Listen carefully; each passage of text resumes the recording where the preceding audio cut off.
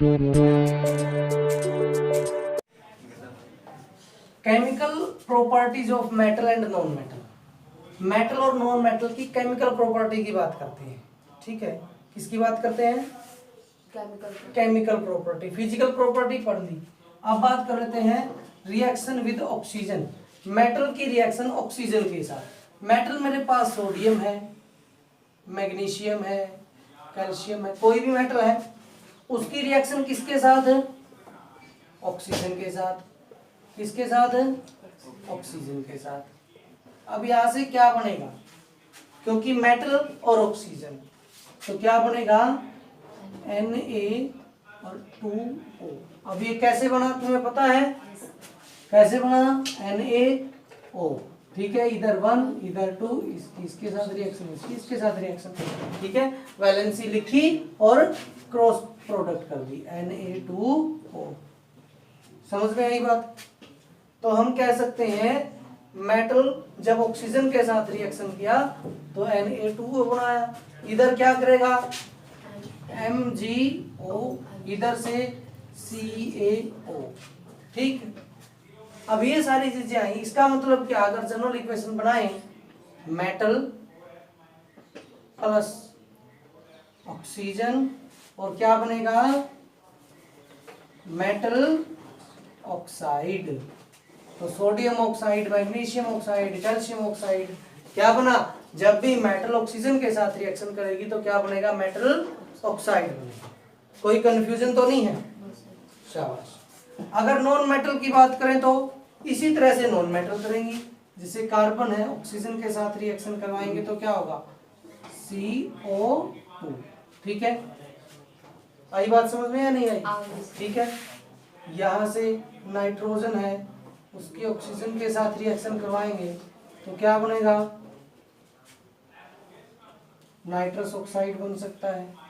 ठीक है, NO2 बन सकता है, N2O बन सकता है।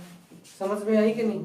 ठीक है, तो यहां से जब भी हम किसी भी मेटल की या नॉन मेटल की ऑक्सीजन के साथ रिएक्शन करवाएंगे तो मेटल ऑक्साइड या नॉन मेटेलिक ऑक्साइड बनेंगे। अच्छा, ये जरूर ध्यान रखने की बात है, जो मेटल ऑक्साइड होंगे वो सारे के सारे क्या होंगे? बेसिक ऑक्साइड, अक्षारीय अम्ल ऑक्साइड बनेंगे। और यहाँ पे क्या बनेंगे? ये एसिडिक। ठीक है, एसिडिक ऑक्साइड। आई बात समझ में? मेटल क्या करेंगी? बेसिक ऑक्साइड बनाएंगी। नॉन मेटल क्या करेंगी? एसिडिक ऑक्साइड बनाएंगे। आई बात समझ? कर लोगे? तो ये था रिएक्शन विद ऑक्सीजन। अब बात कर लेते हैं रिएक्शन विद वाटर। पानी के साथ रिएक्शन करो।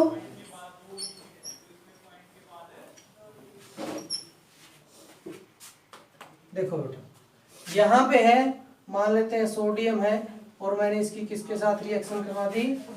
वाटर के साथ। ठीक है, तो ये जो बनने वाला है वो क्या बनेगा? NaOH, sodium hydroxide. समझ में आई? यहाँ पे मैग्नीशियम है, अगर मैं इसकी ऑक्सीजन वाटर के साथ रिएक्शन करवाऊंगा तो क्या बनेगा? Magnesium hydroxide. ठीक है, कैल्शियम है तो क्या बनेगा? Calcium hydroxide. तो जब भी हम किसी भी मेटल की वाटर के साथ रिएक्शन करवा रहे हैं तो जनरल इक्वेशन क्या बनी? मेटल प्लस वाटर, और क्या बना? Metal hydroxide. आई बात समझ? अगर नॉन मेटल की रिएक्शन किसके साथ की जाए? नॉन मेटल की रिएक्शन अगर वाटर से करेंगे तो यहाँ पे क्या होगा? No reaction. क्या होगा? No reaction. इसका मतलब क्या है? नॉन मेटल रिएक्शन करती ही नहीं पानी के अंदर, इसीलिए हम क्या करते हैं? नॉन मेटल को पानी के अंदर डाल के रखते हैं। समझ में आई ना? ठीक है, फॉस्फोरस है, उसको पानी के अंदर डाल के रखते हैं। समझ में? अगर मेटल को हम पानी के अंदर डाल दे तो क्या होगा? रिएक्शन होनी शुरू हो जाएगी। जैसे सोडियम था, सोडियम को पानी के अंदर डाला तो सोडियम हाइड्रोक्साइड, साथ ही हाइड्रोजन गैस भी निकलती है यहाँ से। समझ में आई ना। यहाँ से हाइड्रोजन गैस बाहर निकलेगी, आग लग जाएगी इसके अंदर। आई बात समझ में।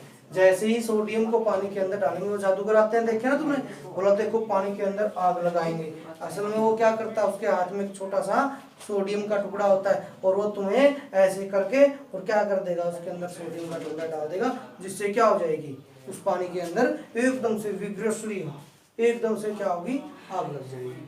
समझ में है ना, धुआं उसके अंदर से आना शुरू हो जाएगा। तो एक्चुअल में वो क्या था, वो सोडियम की रिएक्शन किसके साथ थी, वाटर के साथ। कर लोगे, ठीक। अब बात कर लेते हैं रिएक्शन विद एसिड। किसके साथ रिएक्शन करनी है, एसिड के साथ। तो एसिड के साथ रिएक्शन करो बेटा।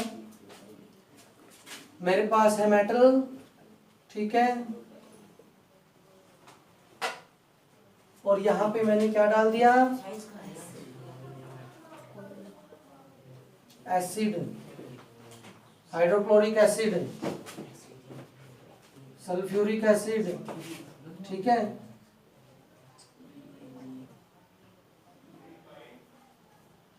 अब रिएक्शन करो तो क्या होने वाला है, ये रिएक्शन तुमने पहले भी कर रखी है, ठीक है।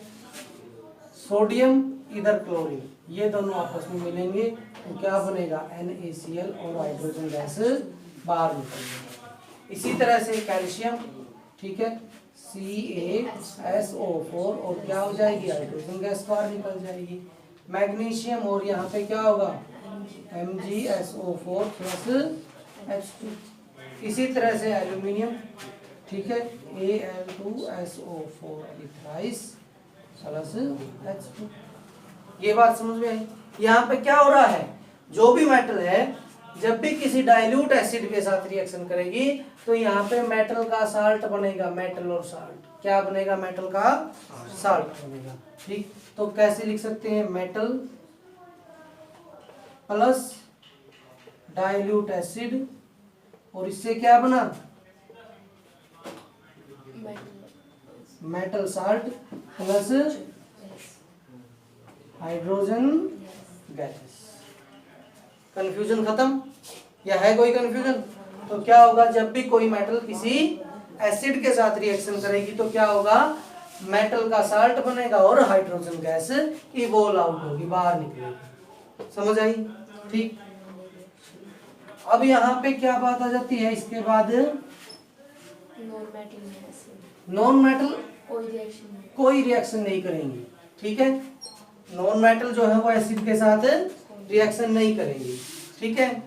अब इसके बाद जो लास्ट टॉपिक हमारा है वो क्या है, reaction with other metal salt. दूसरी मेटल के साल्ट के साथ जो रिएक्शन होगी वो कैसे होगी, तो कैसे होगी, देखो बेटा, यहाँ पे आया, मान लेते हैं कोई मेटल है, सोडियम मेटल है मेरे पास,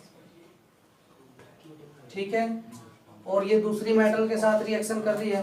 दूसरा मेटल साल्ट बना दो कोई भी, बोलो बोलो बोलो, MgSO4, ठीक है, ये कोई मेटल का साल्ट है, ठीक। उसके बाद क्या है, जैसे कि हमारे पास जिंक है, ठीक है, और मैंने इसकी रिएक्शन करवा दी, किसके साथ है, कॉपर सल्फेट के साथ, ठीक। अब ध्यान से देखो, अगर हम यहाँ पे देखें ये रिएक्शन कैसे होने वाली है, इसके लिए आपको क्या याद करना होगा, रिएक्टिविटी सीरीज, क्या याद करनी होगी, रिएक्टिविटी सीरीज। अब रिएक्टिविटी सीरीज बोलो कैसे याद करेंगे, पता है तुम्हें, potassium, sodium, calcium, magnesium, aluminium, zinc, iron, lead, hydrogen, copper, mercury, silver और गोल्ड, ठीक है। इस तरह से है ना।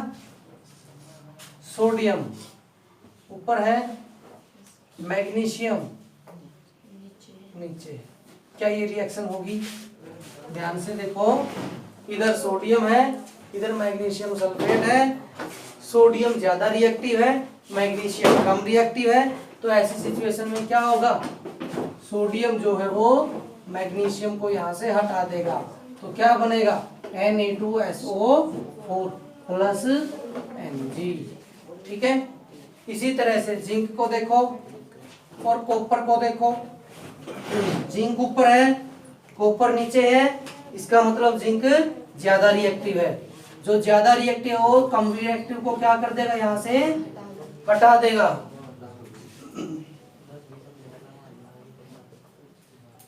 तो इस तरह से रिएक्शन हो जाएगी। बात समझ में आई? ठीक है, अगर इसकी जनरल इक्वेशन लिखते हैं तो क्या होगा,